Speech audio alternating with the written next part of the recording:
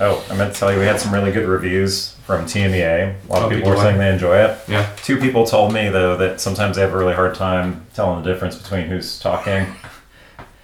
So should I start talking a little bit higher up? I think you need to go high-pitched. Okay. Got it. I'll be up here from now on. Great. This is Kevin. Good to know. Yeah, good. My name is Matt. Okay, there you go. All right. Great. I think we're set.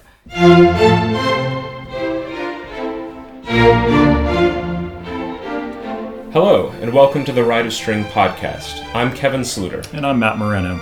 And we are bringing you a show about orchestra teachers, for orchestra teachers, and those aspiring to be orchestra teachers. We work with string instruments day in and day out. We know how to change the strings, and maybe even how to replace a fine tuner. But beyond that, we often send our instruments to the repair shop when something breaks or needs an adjustment. Cody Sisk, a luthier in the Dallas-Fort Worth area, talks us through several of the most common string instrument repairs and gives us several tips for fixing things on the fly. Luthierism. Luthiery. Luthiery. I think is really the right word. Okay. Yeah, luthiery. Well, let's see. I played bass. I was born and raised in Denton. And I played under Sharon Veazey's baton. She's, I guess, a legendary orchestra director. Many know from the past. And I took to orchestra quickly. I actually sang in a boys' choir as a kid, so I already had musical training. And then when I came into orchestra, I fell in love with the cello. That is until the bass players who in my 5th grade class had gotten their instruments like 2 weeks into school. I guess the company was late getting them the basses. And I was like, I don't want to play this anymore. I want to play that. And so the rest is history. I was all about playing bass. I did pretty well. I made region a couple of times. I wasn't the greatest bass player, but I was motivated. I enjoyed it, and I wanted to make a career out of it. So I had studied with a professor who moved up to Oklahoma City University when I was studying privately with him, Dr. John Shimmick. And he moved up to Oklahoma City and basically told me, hey, come and audition, when you graduate high school, and we'll see about a scholarship. And I did that and was awarded the scholarship and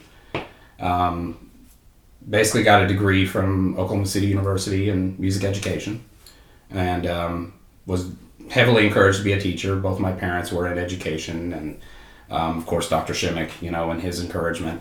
And that was the direction I went. And so I landed a job in Richardson, Texas. I was an orchestra director at Richardson West Junior High. I think it's one of the last remaining actual junior highs in the state. They're all middle schools now. That is still modeled as a junior high. And I did about 3 years before I really had to admit to myself that this really wasn't for me. I wanted to do something else, and I kind of was thinking in the back of my head, I like to tinker. I've always liked to tinker with things. Mm-hmm. And I was thinking of one particular episode of my childhood where my mom actually she knew I liked to mess with things, and I was young, and she had a hairdryer that quit. It just quit working. And she one day hands me a screwdriver and the hairdryer and says, have fun. And I took it apart and put it back together, and I figured out how it worked, and I just enjoyed tinkering with things, and so I kind of wanted to merge that with what I already knew and what I was doing, and luthiery was the perfect fit. So I was fortunate to start working for a music company in the Dallas area that offered to teach me luthiery in exchange for being a road rep. So I would visit the orchestra directors, I would see to getting business, and when I wasn't on the road, when I wasn't visiting schools, I was learning the trade. And so, it's where I got my start, and, I worked for several companies from there, and got many different perspectives. I got to rub elbows with a number of luthiers and a number of different techniques, and kind of molded all that together to what I do now. So, yeah.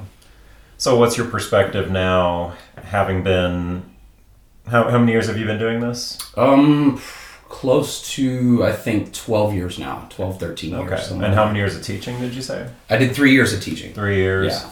So what's your perspective on just things that maybe you wish you knew as a director that you've picked up on over your past 12 Yeah, years? I was surprised to learn how little I actually knew about the construction of the instruments when I was a director. And so, when I came into luthiery, there were so many things that were pretty eye-opening to me. I mean, I already knew how to glue my own seams because the base that I had in college seemed to pop an open seam every month. And, my professor would tease me and say, turn off your snares.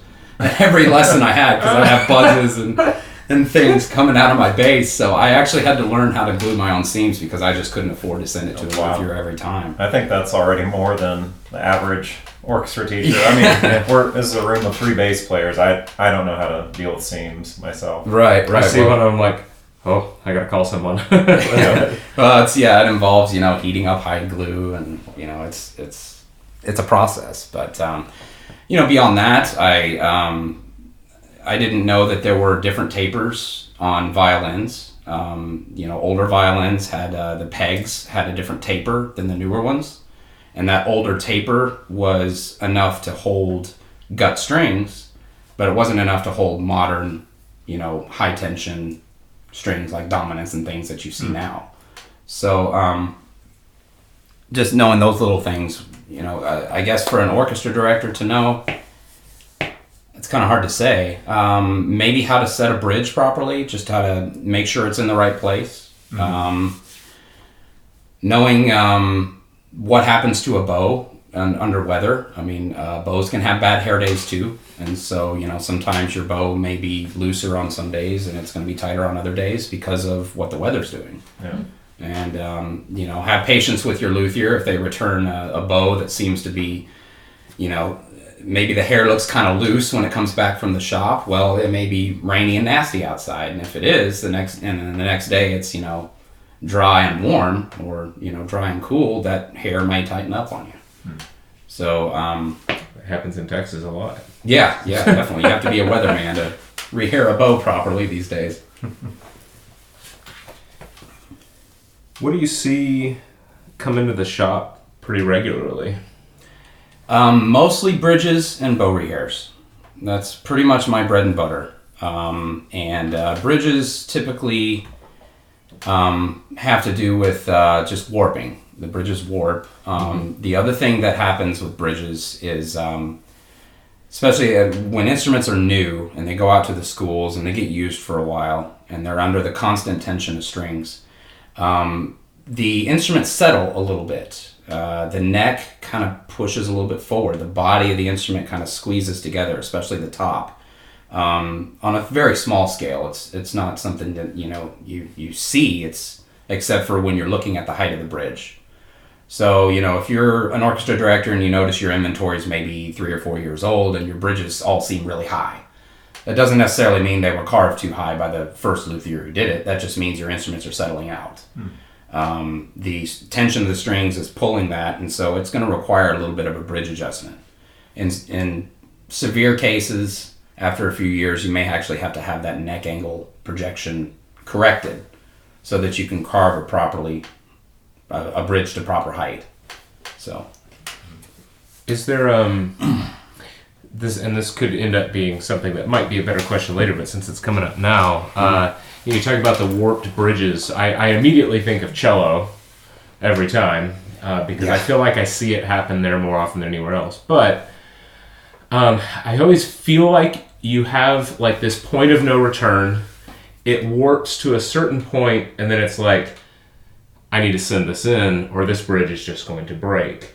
Is there anything that you can actually kind of do along the way that can keep that from continuing to warp more? Because sometimes it feels like the bridge maybe starts to tilt, and then the pressure from the strings on that tilt creates a warp earlier than you're right on with that. You're dead on with that. What happens is you may sometimes even see a bridge that's being pulled forward by the strings. Say you've done a massive peg tune. You've come back from maybe a long holiday or maybe a really bitter cold weekend, and you're those dreaded days where you have to spend half of the class period tuning, and you're peg tuning this cello, And those strings are just pulling that bridge forward. They're always pulling it forward, especially when you peg tune like that. Well, the bridge may look like it's warped in that particular instance, but it may not actually be warped. It may actually just be pulling forward ever so slightly and just under tension a little bit. So if you just reach down there with your thumb and just kind of push it right back, if that is, of course, if the grooves that are holding the strings are properly lubricated, you just push that back in place, and it's not really warped. It's actually just pulled a little bit. If you do that on as regular a basis as possible, you can get a lot more life out of that bridge. Oh, good. That's what I do. Nice. That's good. So what is the lubricant that's on the grooves for the strings? I never knew that. Well, for the most part, in a pinch, and even what I use in the shop, you can actually use graphite, so pencil lead. Just grab a pencil, just put it between your index finger and your thumb, just that area where that string groove is, and just color it in as liberally as possible. Get really lots of graphite in there. That will definitely help. Yeah, I've actually heard of guitar players doing that when setting up a brand new guitar. Like on the nut. They'll use a pencil just to layer it with graphite. I mean, it's the same thing, same concept as if anybody out there's done Boy Scouts and the whole the rally cars that they put together. Pinewood Derby, I think is what it's called. They use graphite as the lubricant to get the wheels spinning, and so they can get more. It's the same concept. Graphite is an excellent lubricant. Just I would advise not using it on pegs. There's a lot of advice out there for directors saying, just use a pencil and color in pegs that are sticking. I don't recommend that. Now, does this also act as some type of protectant to prevent the grooves from digging in? No, unfortunately not. And I'm probably giving away a trade secret by saying this, but when I carve a bridge, I actually use really thin super glue in the area of the grooves. Basically, I just kind of put a drop on them. I think the super glue strengthens and kind of slicks down the maple in that area, so the string travel can move freely, and that when you need to do that bridge adjustment after doing a peg tune, it should make it that much easier. That in combination with graphite, it makes it pretty slick. Okay. So now my competitors are probably all going to do that now. Well, that just means now you have to add an extra little thing that you do, which really isn't. Right. Well, I mean, that was I would say the bridge warping is a common problem that people run into. What are some other common problems that everyone seems to kind of run into? Well, I actually wanted to go back to bridges just for one more second. The other thing I see is that, my, on the A string of the cello, the bridge is too low now. I get that a lot, and when I show up to the school, 9 times out of 10, it's because that bridge has been moved to one side or the other. It's no longer centered with the fingerboard. So that's another thing that I would suggest to orchestra directors. Shoot the fingerboard is what I say. It's just kind of a saying for basically looking down the fingerboard. If you're keeping your head over the top of the peg box and you're looking down towards the bridge, you're shooting you're basically looking down the fingerboard. Look at the sides of the fingerboard and look at the sides of the bridge and see if it's centered. If if everything looks like it's centered there, then you're good. If it's not, then a lot of times that's what causes the low action suddenly on an A string, or the other way around if it's on the C string, or violin and viola, same thing. Especially with cellos and basses, the bags and the cases you put them in can sometimes knock those bridges out of place. Especially with bass bags, when you throw them over your shoulder, that pulling stress that the bag puts on the bridge can sometimes pull the bridge off to the side. So just check that centering. If you're not comfortable moving it around, if you're fortunate enough to have a luthier visit you, a lot of my schools, I'll just offer to go in and straighten that out. Or I'll just even if they don't know that that's what the cause of this low A string is, I'll just straighten it out, and they're like, oh yeah. The director almost wishes that they had thought of that, but they're thinking about the next class period, and getting the attendance in, and maybe eating, spending the 5 minutes that they have to eat lunch. They're not necessarily thinking of these things. So that's really part of my job. It's where I come in. So. Well, and it teaches. I mean, I think it's something you just kind of learn over time. It's like if a kid comes up and says, "My instrument's out of tune," if I like pluck across a string and it's like slightly sharp, normal, flat, flatter, I just go. I look down and then and nudge the bridge over, and suddenly it's perfectly back in tune because it just got. I was like, "What did you do to your instrument?" I'm glad you said that too, because that is another point. If you pick up an instrument to tune it and the strings are sharp, something has gone wrong. There's something in the setup that is not quite right. Strings, when left over time, will go flat. Mm-hmm. They rarely go sharp. So, maybe the bridge got moved or something went on with the setup to make that string go sharp. Okay, now question though, because, and I could have been erroneously telling my students this. We often talk about, like, if it's a day where it suddenly got really cold, a lot of our strings go really flat because the instrument's made of wood, the instrument is shrinking slightly in the colder temperature. And every now and then when it gets much hotter, I feel like we have a day when the strings have gone sharp because the instrument has expanded and pulled the strings more taut than they have been before. Yeah, that... Okay. I mean, that's the rare occasion definitely mentioning. But it'll be slightly sharp. Yeah, it won't be like significant. Oh yeah. So not like if it's way too sharp, something's gone. Okay, gotcha. Yeah, a little bit sharp. Yeah, that's definitely that definitely can happen. So, any other common problems that you can think of other than bridge? Well, every orchestra director has an uphill battle with getting your students to loosen your bows. I mean, it's every orchestra director's pet peeve to walk by their lockers or their instrument stands and see a bow that's not only left tight but maybe even left over tight. It's a reality in every classroom that I've ever seen, and I visit probably 50, 60 of them a week. It's an uphill battle, but whatever you can do to keep those bows loosened will save you budget money. Because 9 times out of 10, when I recommend a bow for rehair, it's because the hair is stretched out.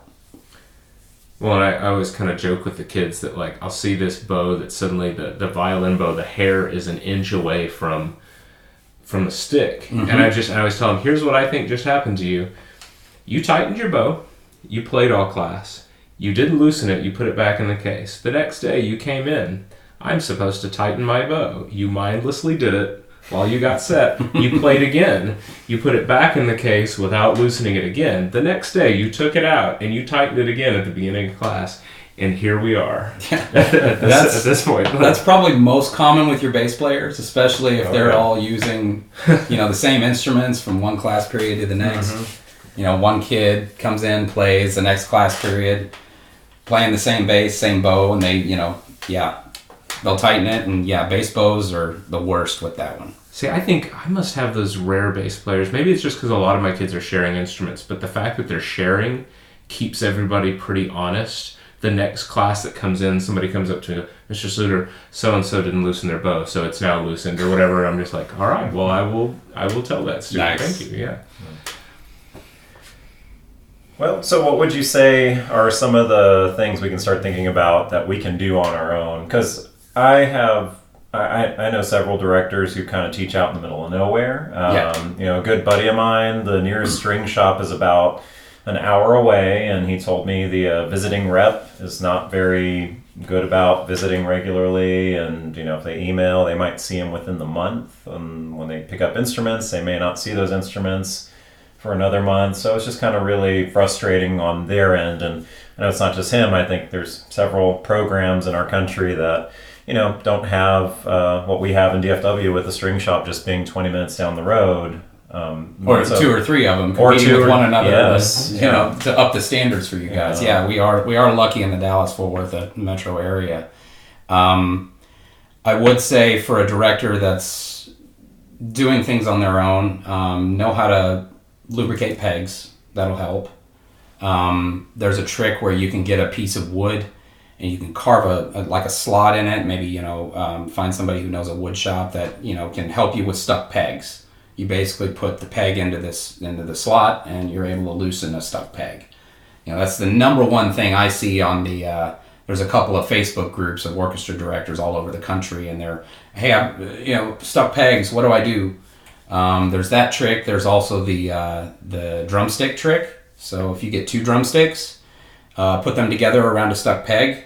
That'll give you some leverage to get that peg loose. And you're talking about pinching the handle part of the peg. Yeah, the part that you would grasp with your fingers normally. You put drumsticks on either side of that, and you'll be able to get that peg loose, and hopefully not break the peg, the head of the peg off. But if you're careful, 9 times out of 10 that won't happen. Yeah. So just being able to soak pegs and to get pegs loose, to straightening out your bridges. If you're religious about getting your bridges, making sure they're straight, especially after the peg tunes like we talked about already, that will save you some repair and some downtime if you've got instruments that are going to go out for weeks at a time to go to the major metro area 2 hours away. I'd say also just keep an eye on the strings, especially where they contact the nut in the bridge. If the strings start unraveling in these areas, they can actually damage either the bridge or the nut itself, because that metal grinding on that wood can actually either carve into the bridge, like you see sometimes with a bridge where the string starts carving into the groove that it sits in. A lot of times that is caused by strings fraying, and replace that string if you can. In these rural areas, you may want to learn how to set a sound post. At least get it standing back up inside the instrument. It's better than nothing. Yeah. Especially with cello and bass, they can be, it can compromise the structural integrity of the instrument. Violin and viola, you could have a sound post rattling around in there for, probably weeks or months before it really starts doing damage.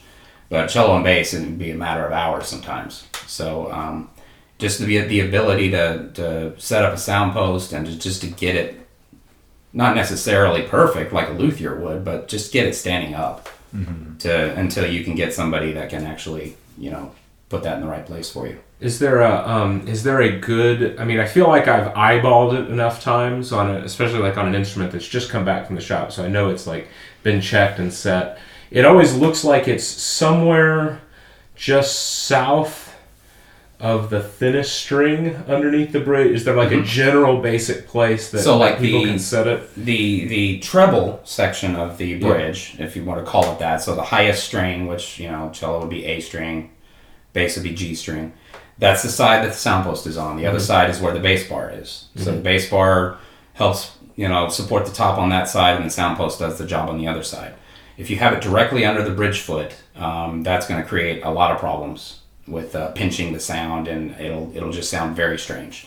So that's why we back it off. We put it, if you're looking at it from the side of the instrument, you're basically, that sound post is moving towards the tailpiece. It's a little bit lower than the bridge foot. But also the placement of it in the other axis, which would be closer or further away from the bass bar. That placement's also crucial. It's going to be somewhat behind the center of that treble bridge foot. In that vicinity, it's not directly centered, but it's close to in that vicinity. If we can get it somewhere near there, it's going to be somewhere near that area is going to be a good area to keep it if you're setting it yourself. And I've also found that I've worked in 2 major metro areas. And I have to say, the preferences as far as sound post placement overall change with the metro areas. Like Atlanta, I was setting sound posts differently than I do in Dallas because of the local preferences of musicians. Wow. So it's kind of interesting. We're talking, a lot of times millimeters of difference. It's not, significant, huge differences, but it does make a difference in the sound. Yeah. And so you just need a little tool for that, right? Like I think I've seen the little tool. Yeah, it's like a little S-shaped tool. If you can afford it, I would say just go ahead and spend the extra money to get the Herdum Forte. It's basically, you could probably get it through a local music store. You might be able to find it online, but the brand is Herdum. How's that spelled? Just so Herdim. Okay. Forte. You know how to spell Forte. Yeah. They're the ones that I prefer. When they come to you, though, they are going to be straight. You actually have to bend them yourself into that S shape. And every luthier I've ever known always has a different bend that they prefer. Yeah. But what's great about the Forte is that it's got a much heavier head on it than a lot of the cheap sound post setters that you see out there that really give you that ability to, just give that sound post a little knocks to kind of get it right where you want it. So does it come in a set of 4, like for each size instrument? So you're able to use basses and one for violin? It is specific to each instrument. It doesn't come in a set. You do have to buy them individually. Okay. There's a bass one, a cello one, and then 2 violin ones. You got the regular, like 3/4 full-size violin, but then for the teeny tiny little violins, there is a setter that's smaller for those. It's much easier to use when you got half size and lower for those little bitty guys. I might invest in one of those. That would be useful. And they stab the sound post. They literally stab into the wood on one side so that you can grip it to get it inside the F-hole and then position it. I would strongly caution that when you're stabbing the sound post, you use a tabletop or something. Don't stab it into your hand, because I have heard of a luthier putting a sound post tool through his hand after the wood split on a sound post that he was stabbing it into, and it went straight through his hand. So, caution. Caution. But if you can learn to set your own sound post, that would be good. Lubricating fine tuners, you can use the peg soap for that.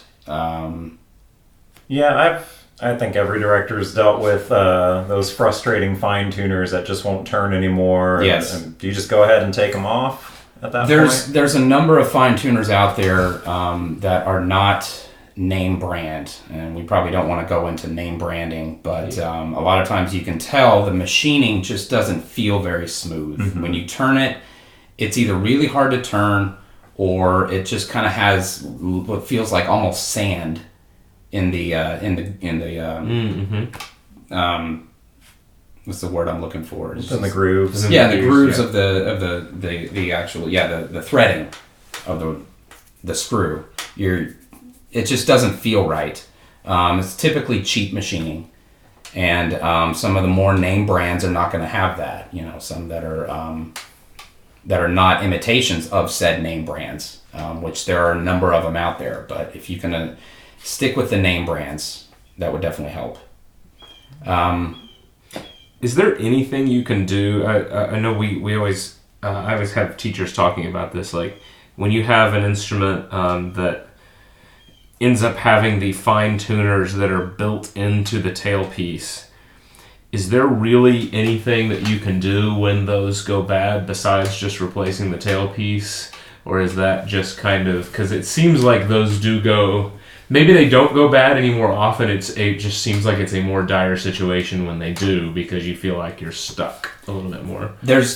That goes into the same point I made earlier, that there are some that are not name brands. So that would be the first thing. Make sure it is a name brand. And even when it is, it used to be in the past that you were not able to buy another screw. If you lost a screw or if one got bent, you weren't able to buy that separately. That's no longer the case. You can buy those screws separately from the entire tailpiece now. That's why for a number of years, orchestra directors didn't recommend them for that reason, because you had to change out the entire tailpiece if one of the screws failed. So the other thing that happens is the arm underneath, where the screw part of it actually contacts underneath a lever that pulls the string back and forth. Mm-hmm. That lever underneath will sometimes get dislodged or off to the side, and that screw will no longer be contacting it.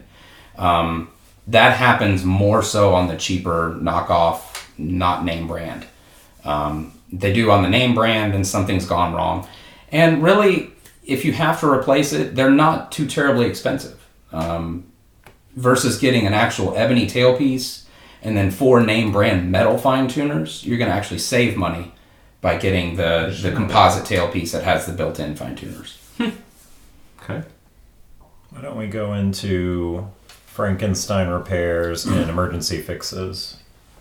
Because I mean, Sure. I want to ask, like, if the tailpiece were to, if the cord were to snap, you know, and you don't, you got to order a new one, but you have a concert tomorrow. You know, what are some fixes?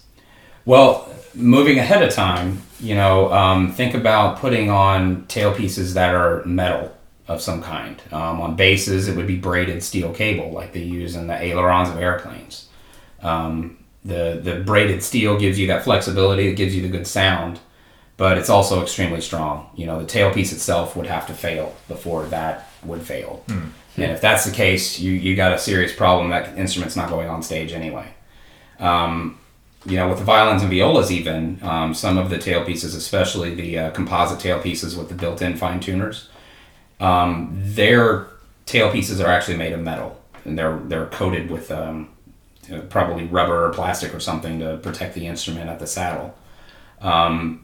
But, you know, if you have the right tailpiece on there, you won't have that problem. You know, a lot of the older tailpieces are plastic, and you've got threaded plastic, basically, that a metal screw it goes on, and eventually the plastic fails, and, you know, there's nothing you can do. If that's the case, you know, if the director has extra one of those particular types of tail guts on hand in an emergency repair kit, you know, a lot of times they can change that out themselves. What was the other emergency fix? Y'all were mentioning another one. I don't know. I can come up with probably a handful of scenarios and ask Cody. I thought I had heard a mention of it. Maybe it was earlier in the conversation. Yeah. It seems like a lot of them are like, you know, it's like the tip of the bow broke off. Well, Yeah. well, okay. I guess we were talking about this earlier. Like, are there situations where things that happen with the bows specifically that a lot of times maybe a director thinks, well, that's just a shop repair. That's it. I can't do anything about it. I know one of them on the more simple side is like the screw didn't strip out. It just actually lost contact. Somebody loosened it too much and it lost contact with the frog. And now you can just, you know, hold it in place and get the screw back in and it'll still hold. But like, are there times when like the hair pops out of the tip, whatever, where you can actually do things temporarily to get it to still work? It's not necessarily well, go put that one up, we've got to go grab a different one. Are there any situations that you can get yourself out of? Typically, when if a bow is rehaired properly to begin with, which is, you know, that's also an uphill battle in and of itself a lot of times in some areas. If it's rehaired properly and the plug fails, the reason for that plug failing is because of the age of the hair. At some point, that plug is being compressed by the hair pulling on it, and it's usually pretty soft wood that's used for a plug that holds the hair in. And that soft wood will eventually compress to the point where it flips out of the mortise, and that's when you get the hair coming out of the tip. So a lot of times you can actually go in and you can, you know, push the hair back in and push that plug back in and just kind of get it back in place. If you do that, it's going to pull again. But what you can do is if you're wanting to get through a concert, you're successful in getting that plug back in there and the hair back in there, just wrap a rubber band around basically the head plate where the hair comes in. Not necessarily out where the hair is, you know, beyond the tip, but just kind of wrap a rubber band in there, and that'll kind of help keep it in place and get you through the concert. It's going to add a little bit of weight to it. It's going to feel a little weird to the player, but, you know, in a pinch, it'll get you by. It'll make sound. Yeah. You know, the screw that ends up getting stripped on not the screw, but the bolt that the screw is attached to the frog to, like, is that easy to replace? Yes. Inside of there's it's called an eyelet, and that's what the screw of the bow actually comes into, is that eyelet that is actually screwed into the frog. If you take apart a bow, you'll see it. It's a little brass eyelet. And it is made of brass, which is a very soft metal, for a specific reason. Especially when, you know, we were talking earlier about hair getting, you know, stretched out, and that's when it needs to go in for a rehair. If the hair is so stretched out that eyelet comes all the way back to the, you know, you're tightening and tightening and tightening until it gets to the point where it won't go any further. If you keep tightening and that thing was not a soft metal, it would actually break out the end of the bow, thus making the bow just completely useless. It would completely ruin the bow. And so the reason they put that brass there is they want those brass threads to fail first, because that's a really easy part to replace. And so, when those threads wear out, and even just under normal use, they will eventually wear out. It's just a very easy thing to replace. I've heard in a pinch you can actually go inside the bow, and if it's stripped out and you got a concert and you got to get it, it's got to hold some tension. Mm-hmm. Sometimes you can get lucky by backing you can actually turn the eyelet around. You can just stick the screw of the bow into the eyelet and just unthread it a little bit. Just turn it to the left, counterclockwise, and just turn it around, and the threads on the other side of the eyelet might grip a little better. Still have a little bit of life left. And give you just enough life to get you through that concert. But definitely get it in to replace that eyelet as soon as possible, if that's successful and it works for you. So, thinking back on pegs, I know I've had 2 students in the past who come up to me and their peg was so stuck, and either I tried turning or they tried turning it, and the peg handle just broke off completely. So now we're stuck with the internal part of the peg and a taut string. Mm-hmm. What's your approach for that? Do you go ahead and just clip the string first so that you can focus on getting... A lot of times you can, especially with cello, you can grab the string down at the bridge area and just pull it out of the groove and off of the side of basically the side of the bridge. Mm-hmm. And depending on how much tension's on it, sometimes that'll loosen enough tension off of the string to where you can, start wiggling that. I've heard of people that, tap a hammer on the side of the peg box. Do not do that unless you really know what you're doing, because you'll break the peg box in half. That's a very expensive repair. A lot of times you can get some needle nose pliers in there and just kind of wiggle it back and forth until you're able to get that peg out of there, if you've got another replacement peg ready to go. Mm-hmm. If in a pinch, if you get lucky and maybe you can have the fine tuner do the rest, it'll hold through a concert without the head on it. Nobody in the audience is probably going to be able to see it, but if you're able to fine tune it up to pitch, just leave it be. It's not going to hurt anything. But yeah, otherwise, a pair of needle nose will kind of get that loose if you've got a peg laying around. But even pegs like bridges are fit specifically to each instrument. They're not interchangeable. So, unless you had a huge box of pegs that you could choose from to put in that application, it's really not going to do you much good. And earlier we had talked about the mechanical pegs, the kind that you don't have to worry about putting any tension into holding in place. What are some of the issues you come across with those? Those actually have a shelf life. Just like regular pegs do, at some point they will fail. The difference is the way that those are installed is that they are pretty invasive into the peg box. And it would be really difficult to actually go from those back to a standard peg. And they change the design of those every few years. So, even going from those to, say, a newer design of those later on can be problematic. So you kind of have to gauge it on, how long is this instrument going to be in your inventory? Is it something that, if the pegs fail around the same time that the instrument has just become worthless from, daily classroom use for 20, 30 years, then it would make sense. But the advantages are that they're very easy to turn for people who have issues with, being able to have the hand strength to peg tune a cello, especially. They do come in handy, especially when the students can just reach up there and just turn the peg real quick. They may not even have to touch a fine tuner if they're, get more adept at it. You're peg tuning more regularly, so you're going to have to keep an eye on that bridge and making sure that it doesn't, warp and pull forward more often. Yeah. You may have to teach your kids how to do that too. So, you'll just find yourself peg tuning more often because of how much more convenient it is. Yeah. And speaking of the bridge, I have heard of directors saying they microwave their bridge to unwarp it or boil it.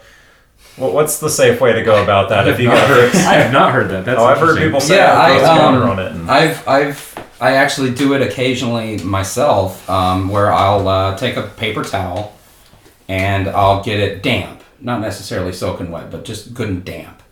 And I'll wrap a bridge up in it and I'll microwave it for maybe 15, 20 seconds. Okay. That gives it basically brings some steam in, and that steam relaxes the wood cells.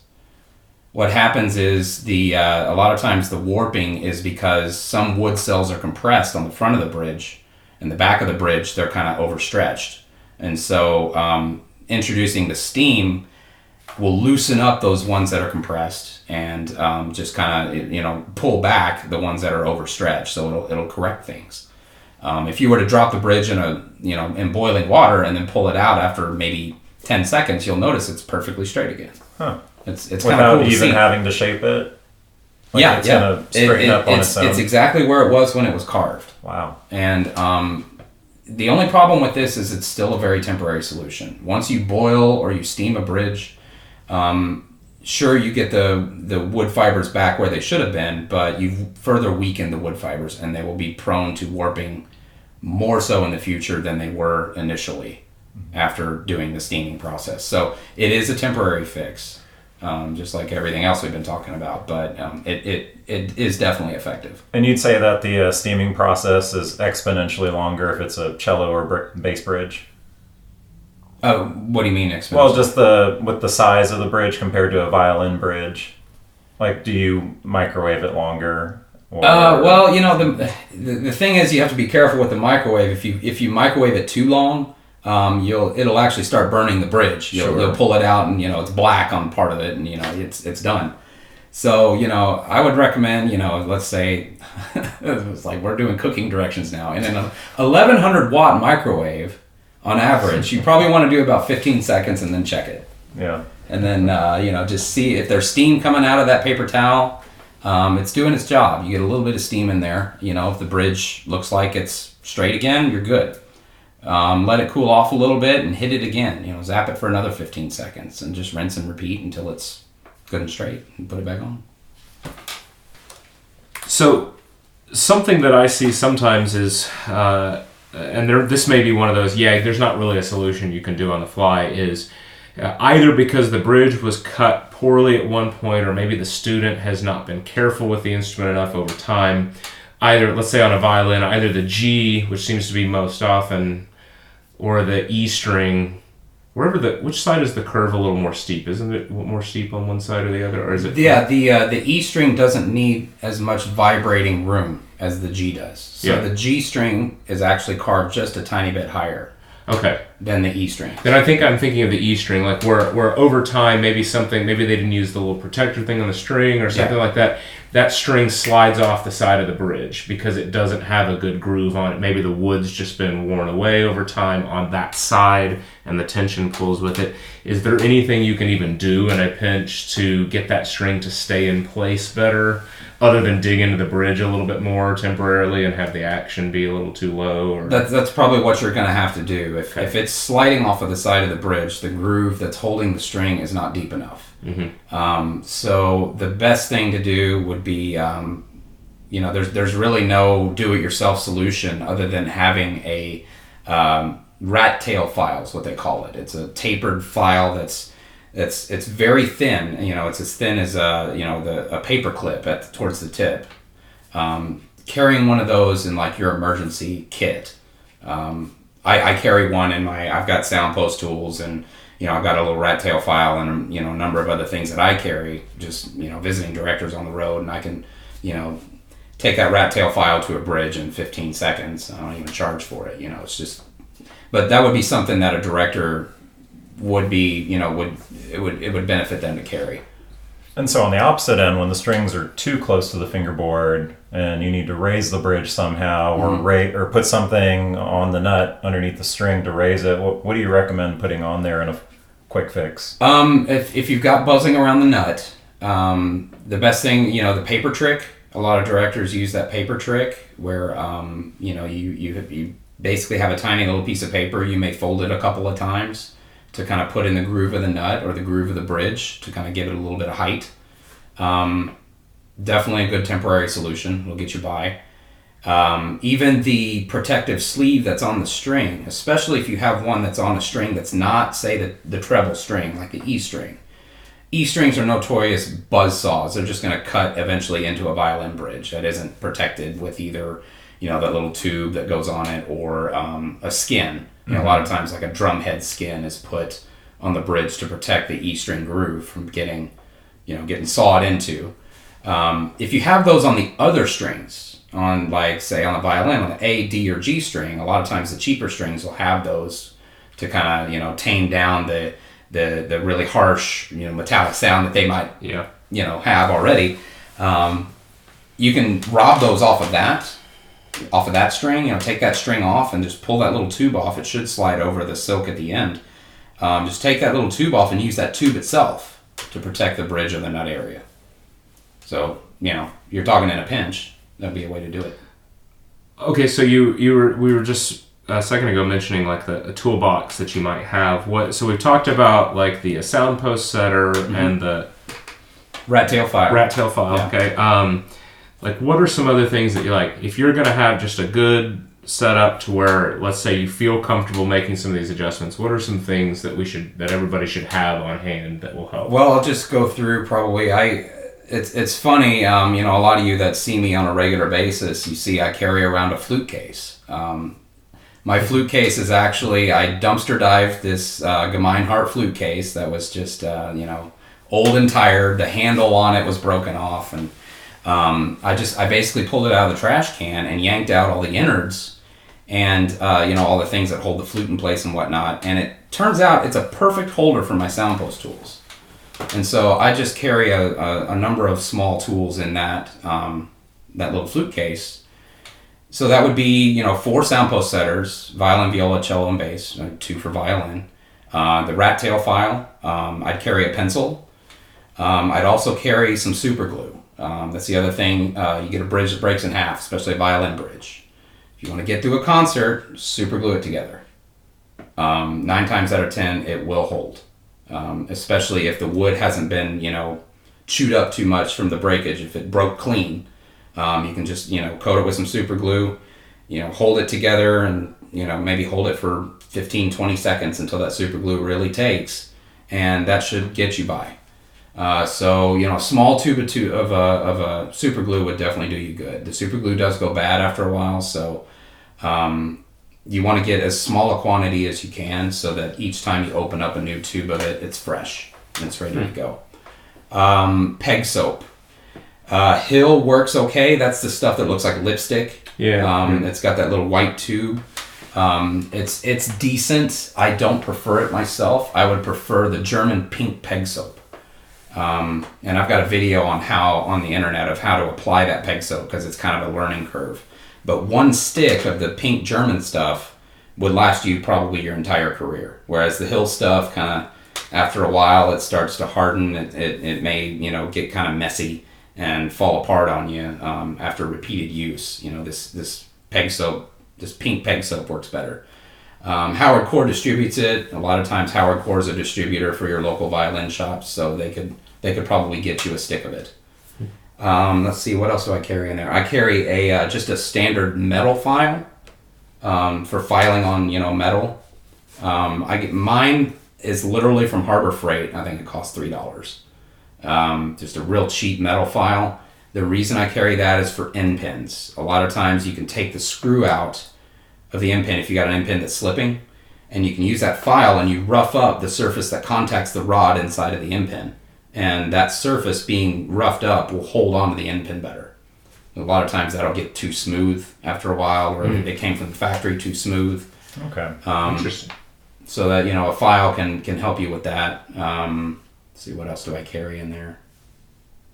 Yeah, that's really about all the director needs. Extra tail guts, as we talked about earlier.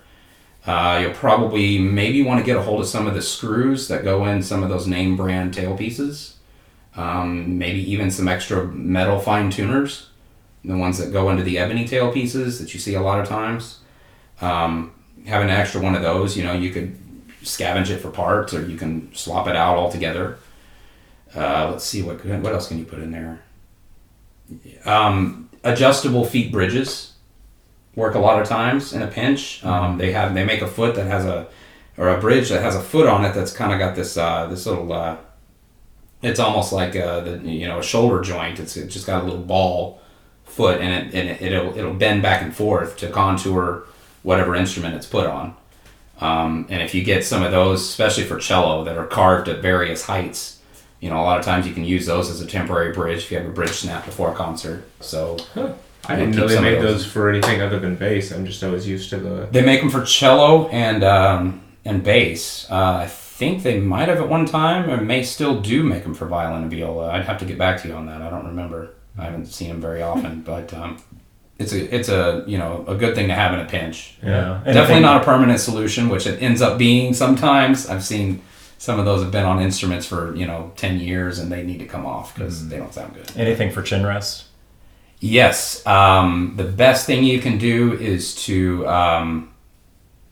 if you buy a new chin rest, a lot of times they come with a little chin rest tool. They come with this little piece of metal that's attached to it with this little piece of plastic. If you can get a hold of one of those, put it on your keychain and just carry it with you. Actually, do you right now? Pulling out of your pocket when now. my student taught, my cooperating teacher gave it to me and she said, put this on your keys. There you go. Oh man, yeah, I've destroyed so many paper clips. Paper clips I don't recommend just because the way that they're manufacturing them these days, they're really soft metal. They're not going to do the job. It lasts for about one of them, yeah. And that's if I'm lucky, it gets it through about one of them. Now, of course, like I mentioned, Howard Core again, they and other distributors that might distribute to violin shops and whatnot do carry a more substantial tool that even that will go on your key ring as well. One that's made a little bit better. I personally use a small screwdriver that I've ground the end down to a certain point that it's ground in such a way that it won't go through and scratch the instrument on the other side. But that because it's a screwdriver, it's very hard metal and it won't bend on me. So that's a great idea. The other thing that I've used sometimes that does work, as long as you're super careful not to push it through too far, is like a thumbtack. Like one that's got the plastic on the other end. It's durable enough to go through as long as you're like watching and it doesn't just. To expand on that idea, you take the metal file that I mentioned earlier for the end pins, and you can scratch off the really sharp point of that, and you can make it a certain length to where that metal is very hard metal because it's got to push through a wall. It would work very well on a chin rest. I never thought of that. So yeah. Innovation right here on the spot. Well, what can you tell us on your experiences with getting the dreaded VSO, the violin-shaped objects? Violin-shaped objects, yes. Don't buy them. Really, the best way to avoid the violin-shaped objects coming into your classroom is, first and foremost, establish a relationship with your local shops.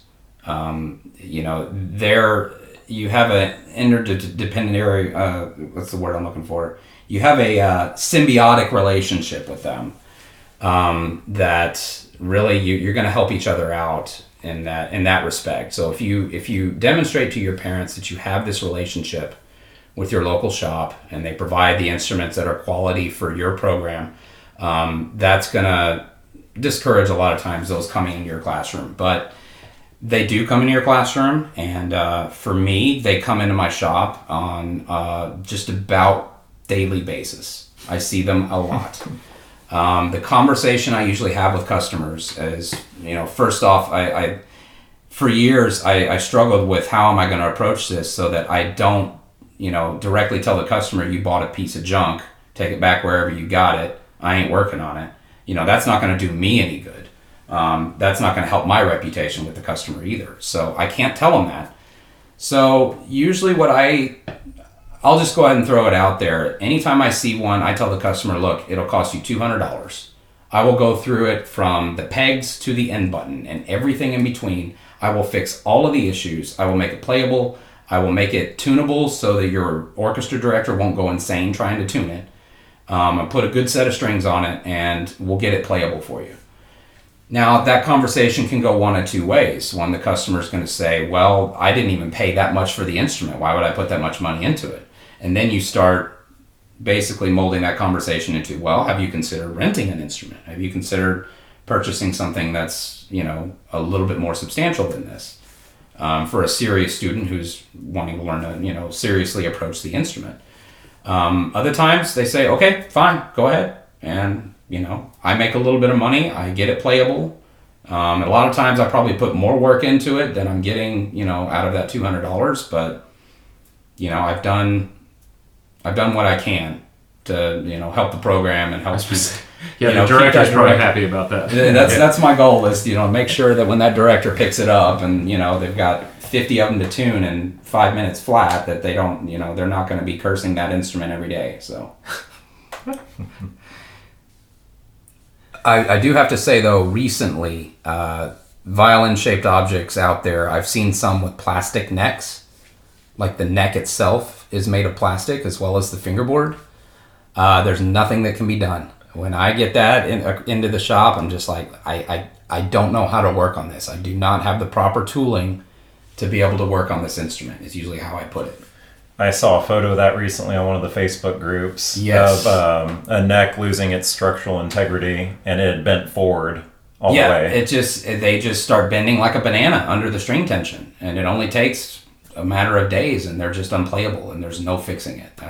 I haven't found a solution yet that's going to work for that. At least if they're made out of wood, even if it's a mystery wood, I can shape it properly, and they may get a year's use out of it. And usually within a year they figure out, hey, I'm a serious enough player, I want a real instrument, or they're not playing anymore and they're not an orchestra anymore, and that instrument served its purpose. So, well, so you're talking about the plastic neck. I know that when people talk about laminated instruments, what are your thoughts about that? I know we were talking about it before we started. I really honestly feel that laminated instruments are underrated for what they are.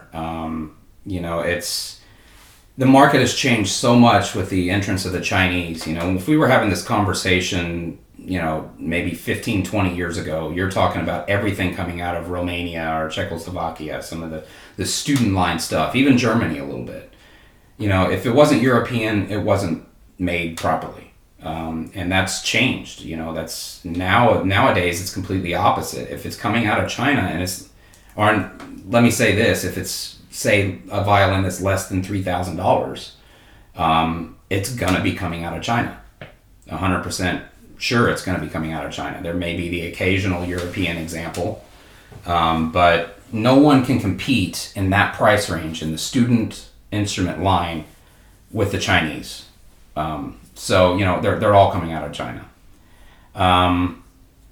But the Chinese have, because they entered the market and they've really flooded the market with really good quality instruments, that brings down the price of a solid carved instrument. Now, there are probably orchestra directors out there who don't even know the difference between a solid carved instrument and a laminated instrument. So just briefly, a solid carve means you start out with one big block of wood for the top, and you carve the top, the curvature and everything out of that big block.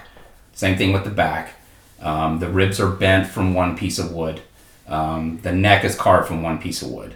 With a laminate, what you have is laminated wood is several pieces. It's like you've got to think about a tree trunk, and you're carving that tree trunk like in a spiral pattern.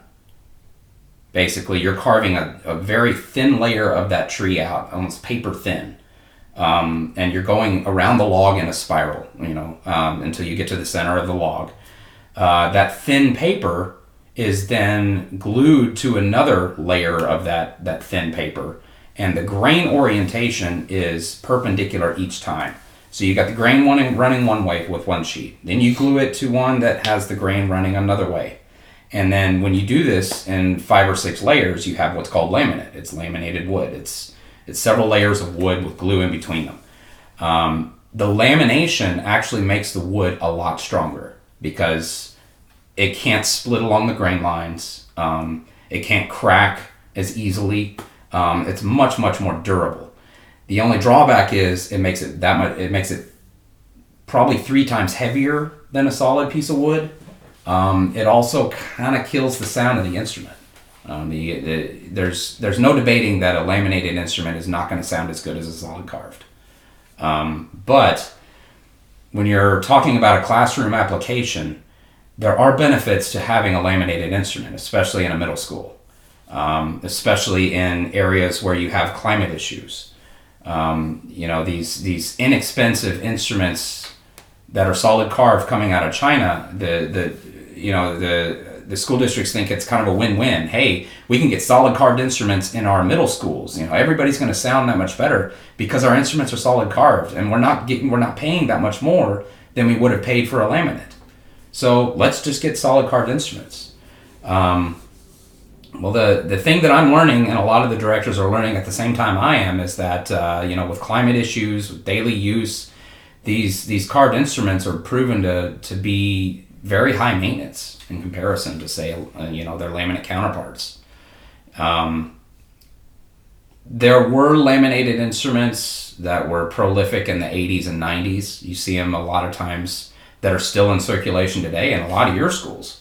Even you two guys, I've seen some laminates in your inventory that have probably been there for 30 years. These instruments will not break. They're indestructible, but you're not putting them in the hands of your top players because they're not all that great quality. Right. They don't sound all that great. But I think laminates have come a long way since that time, and even the Chinese manufacturing laminates, they're making them so that they actually do sound better than a lot of those older models. So they're pretty underrated, and you can get what's called a hybrid too. You can get laminated sides and laminated back, and then the top is solid carved. So that gives you kind of a halfway in between point where you kind of have a solid carved sound with the durability of a laminate. If any manufacturers are listening out there, I have been looking for years for one that is a hybrid where this top is solid, the back is also solid, and the ribs alone are laminate. Because 9 times out of 10, when I'm talking about weather-related issues, rib cracks are a big problem. Mm-hmm. A lot of the directors here in the Dallas-Fort Worth area that have solid carved instruments in their inventories are having rib cracks because of climate being turned off on the weekends, or it's getting too humid in the summer and too dry in the winter. So I'd like to see a return of laminates. I think it might be a budget saver. It might be something that helps bring those workhorse instruments in the classroom to the level of where they sound decent, but they're also very durable for the average middle schooler, because they're rough. Sure. They're all great 7 kids. times a day. Yeah, they're great kids, but sometimes they don't know how to walk because they're growing so fast. And they're handling these very fragile instruments. Things are going to happen. They're going to get beat up. It's just a reality.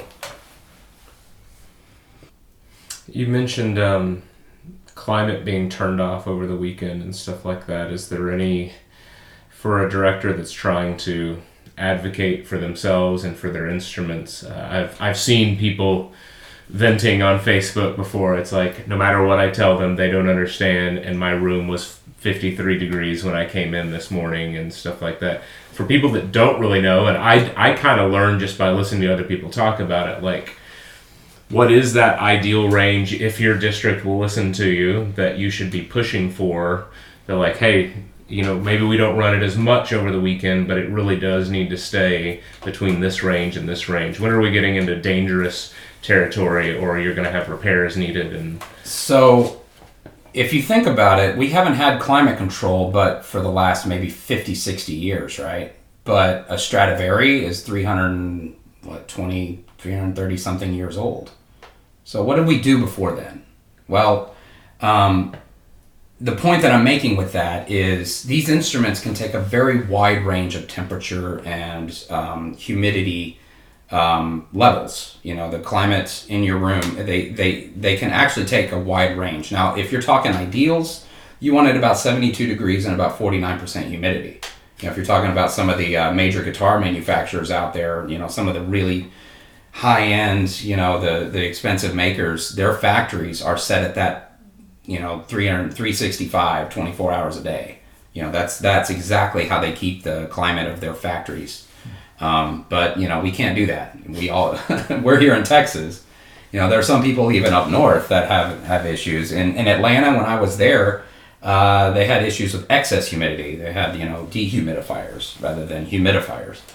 So what you want to do is you want to minimize because they can take a wide variance of climes, you want to minimize the transitions. So if let's say you're in a nice warm humid room, and then you go out into, say, the auditorium, which is really cold and dry.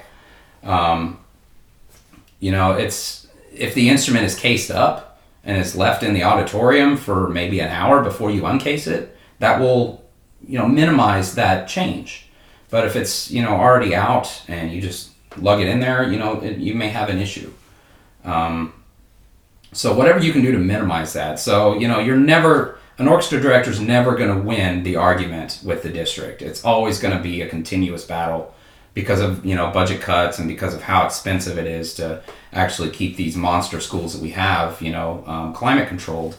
There's always going to be issues and uphill battles with that. So what you can do, I would say the cheapest and best option, actually it wouldn't be any cost to most any director. Case up your instruments whenever you can. Put them in their case. Use child labor if you have to. Get that last class period of the day and have the kids do it. It's their instruments too. They should do some of the work. Have them case up the instruments, especially say it's on Friday and you're about to enter a weekend and that everything's going to be turned off for the weekend. Have them case the instruments up, because those cases will slow down those transitions in climate. Whatever you can do to do that. Now, you may talk about like using a dampit. I don't know if you're familiar with dampits. Yeah. Dampits are those little sponges that you put into the F-hole in a little rubber tube, and they help regulate humidity. Those would be useful if you never cased up your instruments and they're on a rack or they're in a locker. If that's where they're sitting and you're talking about in the middle of winter, sure, use a dampit. But if they're coming, in and out of cases, that could actually work against you. Because let's say you've got your dampit in there, you've got it in the case, it's nice and warm, it's nice and humid in your case. It's almost excessively humid in your case. You open up your case into a dry room, you're once again exposing that instrument to a really, extreme climate in the other direction. So just whatever you can do to minimize the transitions, that will help. So with all the instrument details we've talked about, with getting it into a good playing condition, well, when it comes time to purchasing an instrument, what are some of the essentials that directors must look for in an instrument's playability? Such as me being a bass player, there's still a lot I don't know about a violin or viola to determine if this is a good instrument for the school to own or for a kid to purchase. Well, I would say first off, play it. What do you think? Especially if you're the player of that instrument, all of us have a specific instrument that that's the instrument we got our degree on, or that's, our main instrument. If it's your main instrument, really, evaluate it from that direction. Really, when I'm looking at, you're talking like a step up, not necessarily a rental. Like if you're moving past a rental, you're ready to purchase. Really, it could be any. I mean, it just, how do you know you're not buying an instrument that's going to, collapse on you in 2 months or? Well, unfortunately, you don't.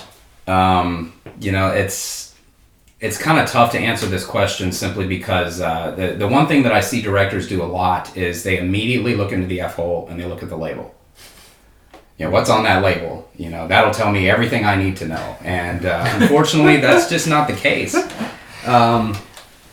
Especially with instruments that are coming out of China. When you're talking about Chinese culture, Even the largest dealers and the largest brands that everybody's familiar with have consistency issues with the quality of their instruments, simply because of the way Chinese do business, the way that they actually manufacture. When you get around to Chinese New Year, we had this problem last year. Chinese New Year is a big question mark, because a lot of times, because of the Chinese economy being so new and so fluid, things can change overnight. Come Chinese New Year, after they get their New Year bonus, they quit their jobs. So pretend like you're a factory owner in China and you're manufacturing violins. Suddenly, after Chinese New Year, 50% of your workforce just quits. And so you have to scramble, and it's not like, they're luthiers on, the street that you can just pull in and, have them do this highly specialized work. It takes time to come through and figure that out, and to also find the talent. And maybe that talent isn't as good as the talent you had before. And so, this manufacturer and this label, that particular run of instruments may not be as good as the one that, set your opinion up for that particular brand. Gotcha. If that makes sense. Yeah. So, evaluate each instrument on its own. When students are ready to purchase an instrument, maybe go with them into the shop. Help them make the choice. Just evaluate the instrument. What are they charging for it? Does it seem reasonable? Does the varnish look good? Are there scratches on it prematurely already? Does it look like the varnish may be fragile, and further down the road it may not be, it may look terrible aesthetically later. The setup on it, does it set up? Does it have good strings on it? Is it set up well? Is it easy to tune? Is it easy to play? The weight of it, that'll help determine, first off, whether it's a laminate or a solid carved. There may be vendors out there who don't know that they have a laminate and they're advertising it as solid carved. That happens. If it's a nice light instrument, it's going to be probably solid carved. If it's got some weight to it, it feels heavier than most instruments, question mark. That may be a laminate. Well, and aside from what you're looking at, one of the things that I've often heard is if you're going to rent something or buy something, go with a company that either has a luthier on site or that is local, something nearby, partially just because you're more likely to have an instrument that the company stands behind. Right. Like, because somebody nearby, either on site or in the local area, has probably looked at that instrument and has probably made sure that it's set up decently well and stuff like that. If you go somewhere where you can't find a shop anywhere nearby for repairs, that's always not necessarily a sign that I can think of several companies right now where the repair shop might not be nearby, but we've found that instruments are of decent quality. But a general safe thing to tell a parent is that a luthier nearby is usually a good sign, or at least one that actually works for the company. Yes. I can say, just throwing this out there, luthiery in and of itself is not profitable. The repair service that I provide in the Dallas area, the repair portion of it is not profitable at all. It's more of a service. It kind of breaks even as far as overhead costs and just the cost of doing business.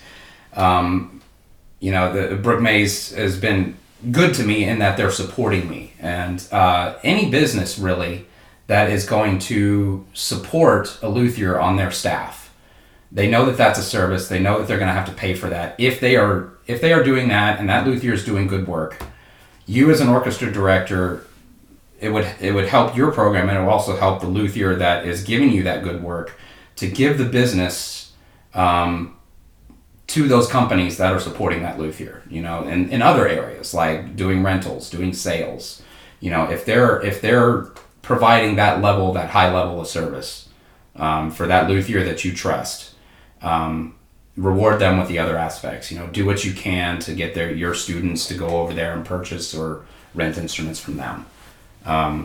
if the company is not supporting a luthier, then chances are you're going to have a hard time getting them repaired in a timely fashion. Maybe they outsource it, maybe they send it out of state. At which case, that doesn't help anybody.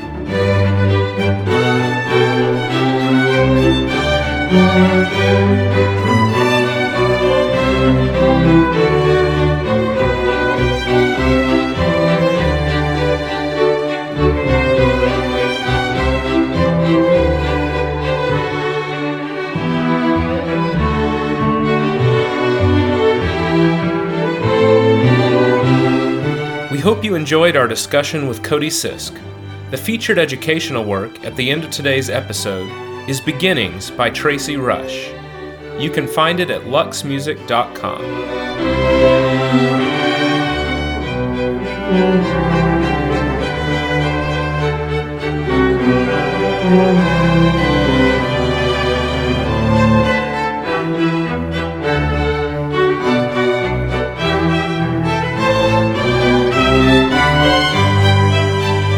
If you have any questions or suggestions for the show, shoot us an email at rightofstring@gmail.com.